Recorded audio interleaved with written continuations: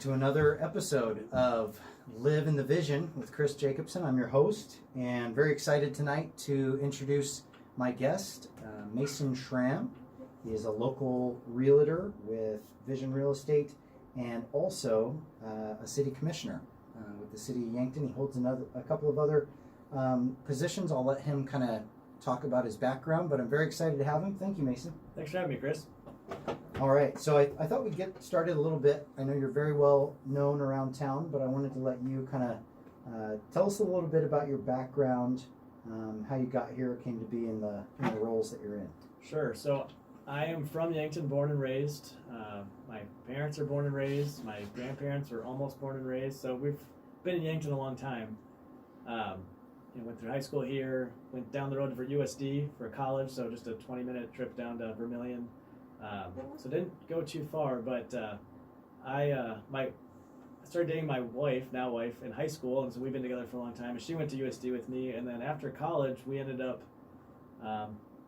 opportunities presented themselves for us to move out to West Virginia. So we spent 7 years, just about 7 years, in the mountains of West Virginia in Charleston, and then work brought us back, work and family, and we spent good time out there. I was able to get a master's degree, learn quite a bit, but then, like I said, work and family brought us back. So we're here. We've been back in Yankton for about 3 years now, and as you said, I'm a real estate agent with Vision Real Estate, so that's my full-time job. And then I sit on a couple different boards, including an elected official for the city of Yankton as a city commissioner. My first year doing that, I'm on Habitat for Humanity's board. And then through our real estate, I'm on a couple different committees on the board there, and a political action committee member for real estate. So try to stay involved, and it's been a good experience to be back in Yankton. That's terrific. That's terrific. So I wanted to get into the basis of the show is kind of business and entrepreneurial focused, but also just folks that have sort of come along and are moving in a direction that took some time, took some work, took a lot of effort. So I wanted to ask, how important was your family in sort of becoming an entrepreneur, starting your own business, and moving in that direction? Yeah, I think you touched on it as entrepreneur. Some people wouldn't think that real estate is entrepreneurial because it's it's not a startup. It's not a that type of business. But I'm an independent contractor. I have to build my own business that way. So there's pieces of it that you have to be an entrepreneur in. But to go back to your question, I grew up in an entrepreneurial family. My dad is an architect. He has his own business. My mom is a real estate agent now. She was an interior designer prior to that. Both my parents sold some healthcare products. Started that from home.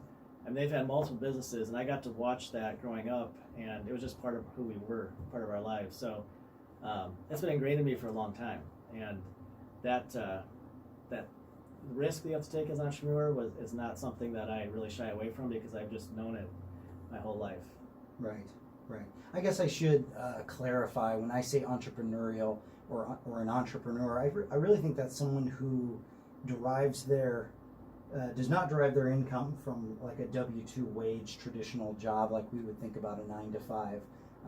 It takes a huge leap of faith, as you know, to go out and do something on your own. But of course, like you mentioned, you had your parents to kind of see them successfully navigate it. What was that like for you when you were a kid, kind of seeing them operate in their respective businesses? Looking back, I can appreciate it now more than when I was a kid, but they were home. My parents were at home. I got to walk home, for example. I got to walk home to have lunch. They wouldn't let you do that anymore as an elementary kid, but I lived up the hill from Lincoln Elementary School, so I got to walk home and have lunch. Parents were at home. They worked from home, but they were involved in our lives because I'd say maybe more involved because they were at home working, and just circumstances let them do that. But I got to see also some of the risks, the hard times, the trials that came with it, different businesses that worked and others that, they tried out, were great, and then it wasn't quite working right, so they switched gears. And I learned that you have to pivot, as an entrepreneur. You have to make a change sometimes and go with it. And if it doesn't work, don't be afraid to make another change. And so I think that definitely helped me now in my business, because I can understand that there's risk and that there's investment and financial and time investment. But ultimately, my success is based on how I do, not anyone else. And so it's something that I have come to really enjoy, having worked in W-2 fields, having worked for the federal government, having worked for a big global company. I'm in control of how I do, not somebody else. Right. I think you made a fantastic point. Being able to pivot is so key. I think too often we view the things that happen to us as final, or like a failure, like I lost at this or that or the other thing, when we really just need to understand, like, failure isn't forever, and you can pivot, go with it, and learn from it. Ultimately, some of our failures lead to our successes because we learn and we grow from it. Correct. So tell me a little bit about your spouse and how you kind of work together in doing the things that you're doing. You're a very busy guy, and also being a husband and having a family. I think I would not be. I know I would not be able to do be a real estate agent, being a city commissioner without the support of Kate, my wife, my spouse. There's no question that it takes an immense amount of coordination between us, communication, trust, and understanding that, what I'm doing with my work, for example, that she trusts that I'm going to be successful at it, because there's no guarantees. It's 100% commission based. I don't have a salary. If I don't sell houses, I don't make money, and it's hard. So it's a risk, but she has faith and trust that I can do that. And like I said, communication is key. And I'm first to admit that I probably am better at communicating with my client sometimes than I am with my spouse. And so that always takes work. And Kate is equally as busy and entrepreneurial in her work. She started a nonprofit with another lady she works remotely for that. Extremely busy. That her work is growing like crazy. So between the two of us, we have shared calendars, and we are constantly having to check and make sure I've got Paxton now, our son now, and she's got him later, and then we got to do this and go to this part. Just all sorts of things that have to work together. And without the communication channel, it would fall apart and crumble. Sure. Yeah, communication is key. I couldn't agree more. Would you also say that you guys have to discuss, like, what your guys' business goals are, and then also family goals, and then how do you kind of balance the two? Right, and that's another struggle. I'll get into that, the family goals and the balancing. That's a struggle, but we do have to communicate financial goals, our work goals, where this year, next year, 5 years from now, those type of goals. But we it's crazy how without that communication, none of this would work. And so we do have to have a strong communication line with those goals and what we want to accomplish together. But the point that I want to touch on is that work-life balance, with both of us, it's a challenge, because we're both in growing jobs that takes a lot of energy and effort to produce. And there are times where work takes a precedent and shouldn't, and times that family gets pushed aside. So that's something one of my goals every year is to work on that work-life balance. Yeah, I can certainly relate to that, having I have 4 children, and some of mine are doing a lot more activities outside of the house, but that's a moving target for sure. You've got, in the early days, you're at home, and so activities can be at home. But when you've got practices 2 or 3, sometimes we're busy 4 or 5 nights a week with different sporting activities. It gets really intense, where I was kind of raised in a family where you sit down at 6 o'clock and have dinner. That can be a challenge now, where you've got to sort of coordinate what can we commit ourselves to as a family, and what can we commit to as a business. Because, like you said, you have to, when you're in growth mode, you really have to Right. dedicate the time to it. How would you say that your time is allocated in those terms? So it's a moving target. I liked your term, or just from a little bit ago, moving target, because for work, I'm beholden to when the client ultimately wants to see the house or see the property, see the building. And a lot of times that ends up being nights, weekends, or any time during the day. It really depends, and it's not consistent. So, I do the showings, the active parts with the clients, but then there's behind the scenes work that goes into that, and then there's the whole other side of the business is the marketing and the networking and trying to constantly be building the business. Real estate's unique in that way. Well, I shouldn't say unique, but it's a little bit different than other, I'd say, professional services type companies where insurance or financial planning, or where you can build up a residual client base that you gain your income from. Most of the time, unless you're a property manager, real estate's one and done. You gotta keep getting more sales. So you really have to build up your client base and try to get referrals and things. So it's a little bit different, but my time with work is all over the place, and then my time with my nonprofit work and city commission work, at least that's fairly structured. I know when those meetings are going to be, but it also is time late in the evenings, reading and trying to make sure I'm up to date on what's going on with the city, so I can be informed as an elected official. So one thing I like about my job is nothing is ever the same, and it's energizing. I get to be out and do things, but one thing I don't like about my job is nothing's ever the same. So it can be a challenge at times. Sure, predictability kind of can go out the window. You got to be reactive at times and proactive when you can be. You talked about your kind of your civic work, and you're an elected official. Mm-hmm. How does the social networking part come into what you do? I mean, I think some might think, well, you're just out at all of these cocktail parties or whatever. But how does the sort of the social networking and that play into time spent? So you're referring to like actually talking to people, not Facebook, right? Yeah. Okay.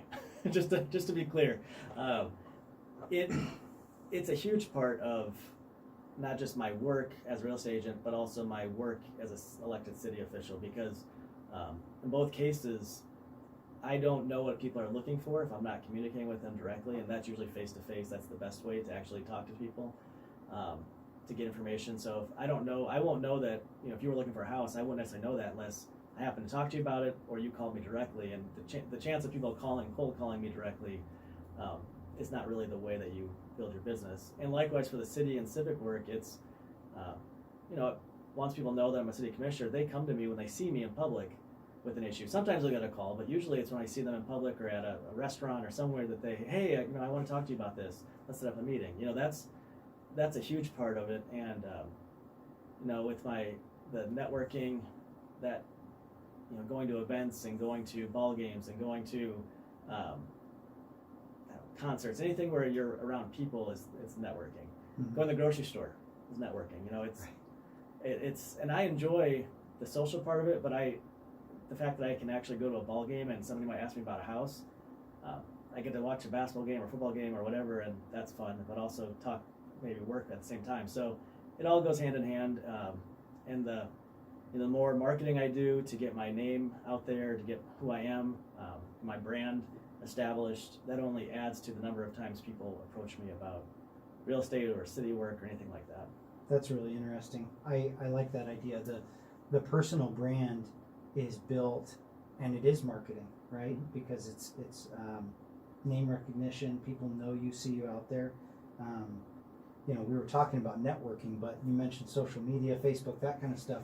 It's interesting how important that is becoming now, and you almost can't ignore it.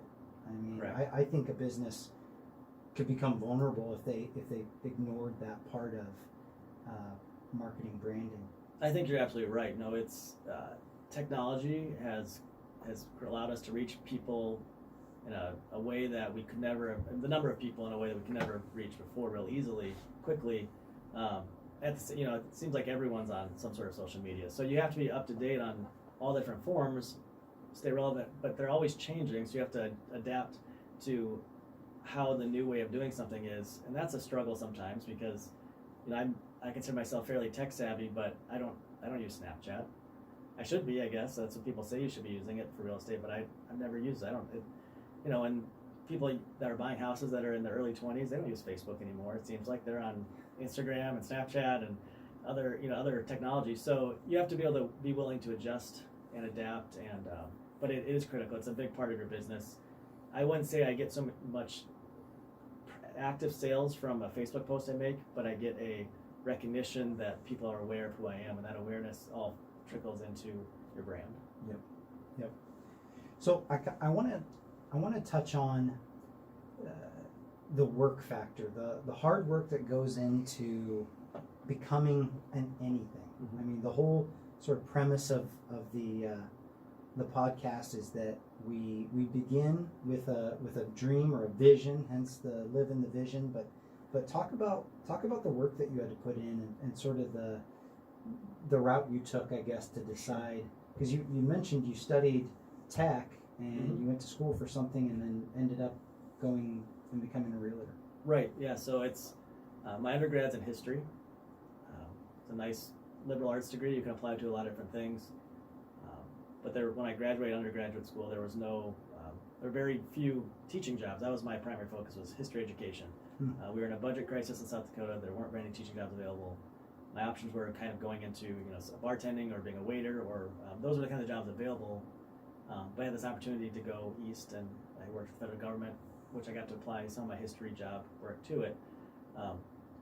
And then I got a master's in technology management because I've always been fairly savvy with technology. I pick it up easy, and that technology management degree was a mix of, I'm not a programmer, I'm not a developer, but I understand and can communicate technology. It's also a business degree, so it's a hybrid. And so with that, I thought, this is perfect. I like business, I like technology. Let me work in that field, and I got a job in that field, and I was able to apply my degree directly, and found out I didn't like working in that field. It wasn't what I envisioned, and I guess I don't really know what I envisioned when I got that degree, but it wasn't what I was doing. And the company I worked for was great. It was a good paying job. It was good benefits. I mean, everything about it. But I had this moment where I was sitting in my cubicle, and I just, I can't do this anymore. I can't sit here, and I feel like I'm just spinning my wheels.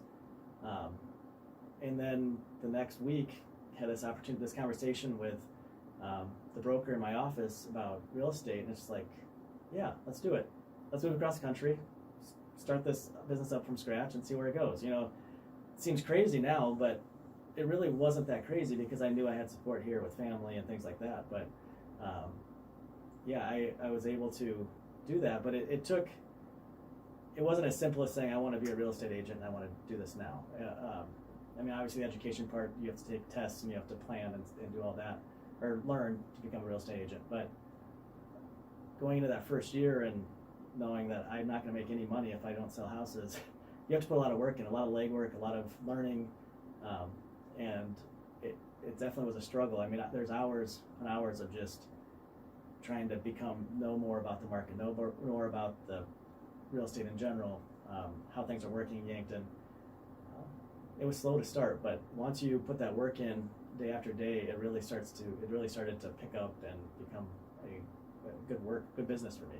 Yeah, I think a common thread that I talk to business owners about is like that, becoming the master of your craft, really digging in and knowing it really well. I've heard it said that it takes 10,000 hours to be an expert. Yeah. And I think that gets thrown around a lot, but it really does take a lot of time. But if you're, like you said, not happy in a 9 to 5, cubicle kind of job, what you've got to do is find something that you've got some passion around and you really want to get good at, and then get good at it.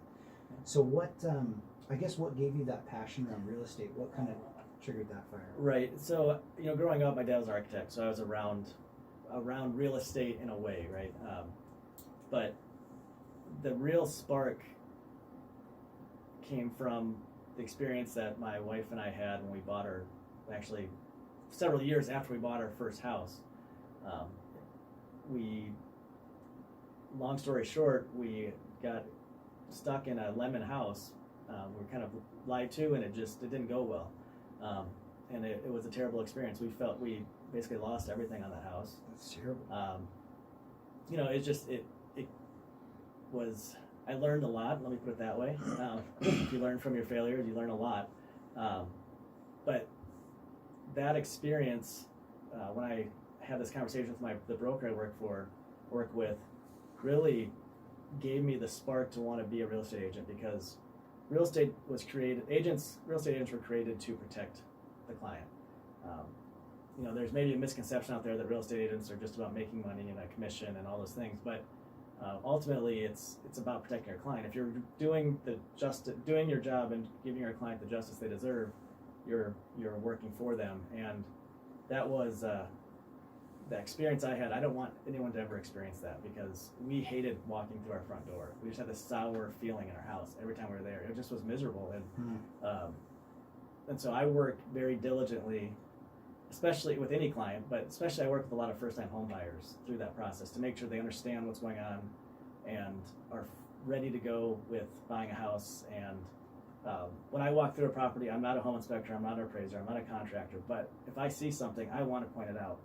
I would much rather have someone not buy a house and be happy than buy a house and turn around in a few days, years, months, whatever later and be miserable about the house. So it's been kind of my spark, my passion to continue and build my business and work hard at it, because I love it, but two, I want to protect people. That's fantastic. That's the right reason, right? And I feel like maybe there's this conception when you're growing up that the nice guy finishes last or something, but I think a business can still be built on really good principles, adding value, helping people, making sure that they're making informed decisions, and good things happen. I mean, I know you've seen that. Yeah, we're in a relatively small town comparatively across the country. Yankton area, this area is a small town. Your reputation is all you have, and if you do something to damage that reputation, word will spread, and you can really suffer. Your business can suffer. So you have to be ethical. You have to be caring, and show the people that you're there to support them. That's the truth.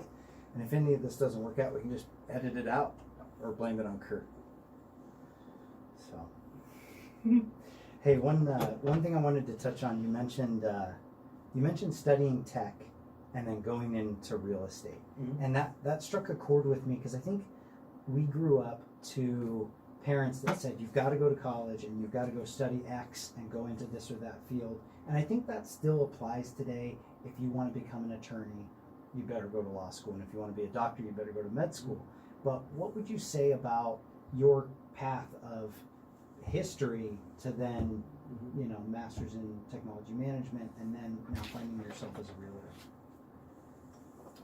I would say that I think you're absolutely right. I think parents to the school itself, the high school itself, the counselors, the teachers, it seemed like a strong push. If you didn't go get your 4-year degree, you were gonna, it was gonna be hard for you to make decent money, make a living, that type of thing.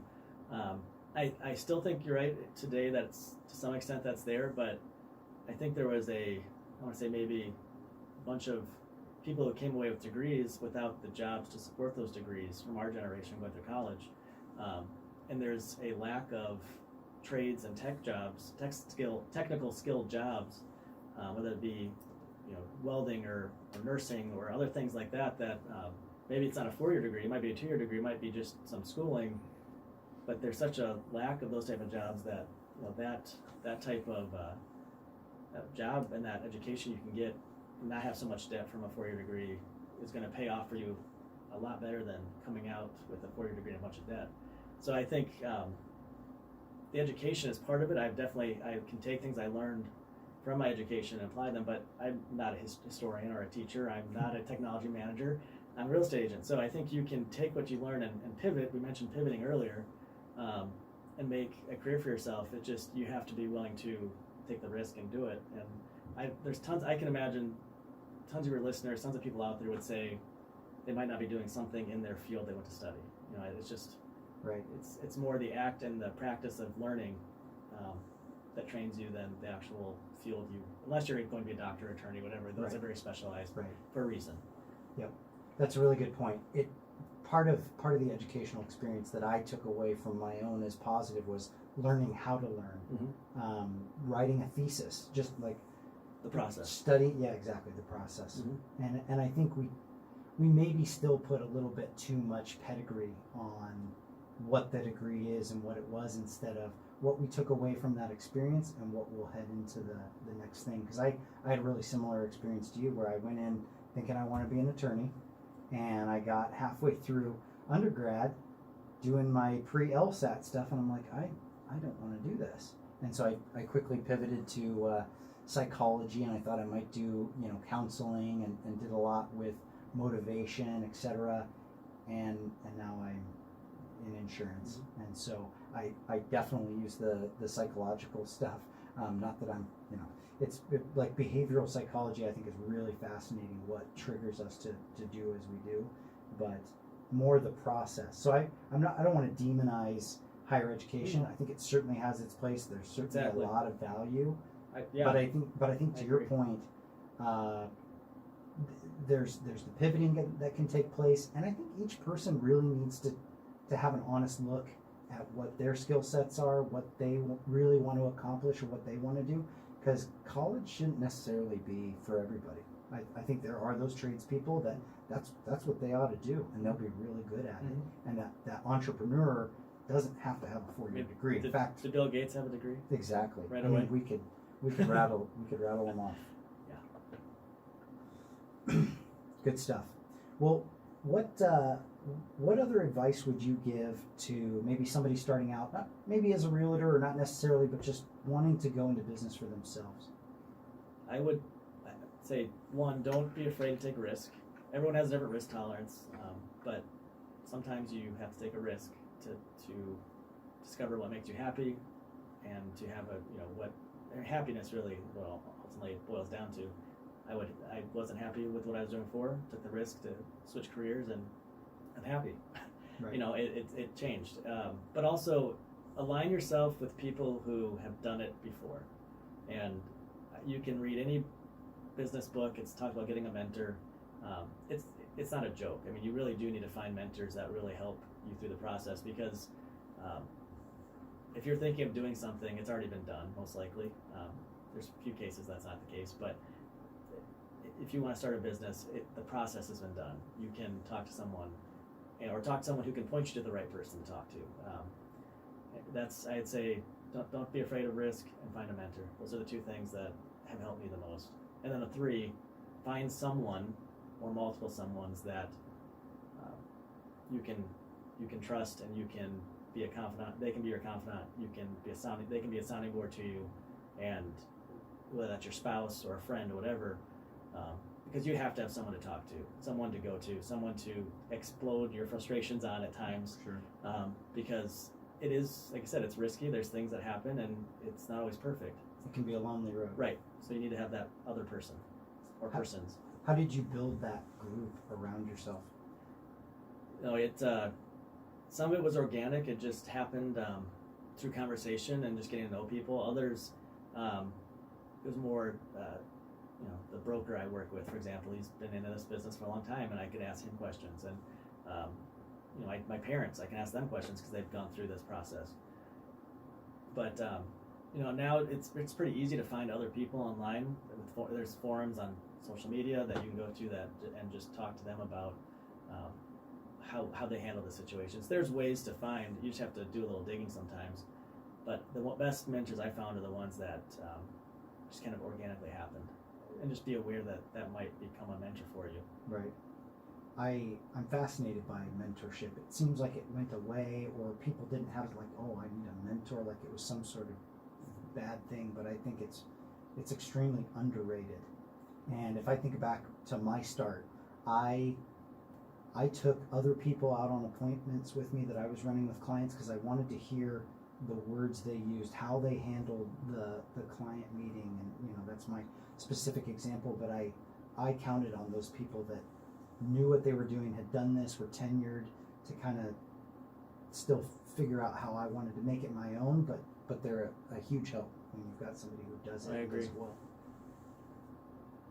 So I guess that's getting to the end of the questions I had for you. Any shout outs or things you want to tell us about how we can reach you, what Sure. So if you people want to get a hold of me, my cell phone's out there online. I can say it right here. It's 605-215-1776. But really, you can email me, Mason at igotvision.com. Go to movewithmason.com. That's my brand, by the way. It's been working well. I enjoy. A creative person came up with that, and it's worked well for me. So, but you can find me online pretty easily. That's fantastic. Well, thank you for joining us. We really appreciate the thoughts, and thanks again for being here. Yeah, thank you, Chris.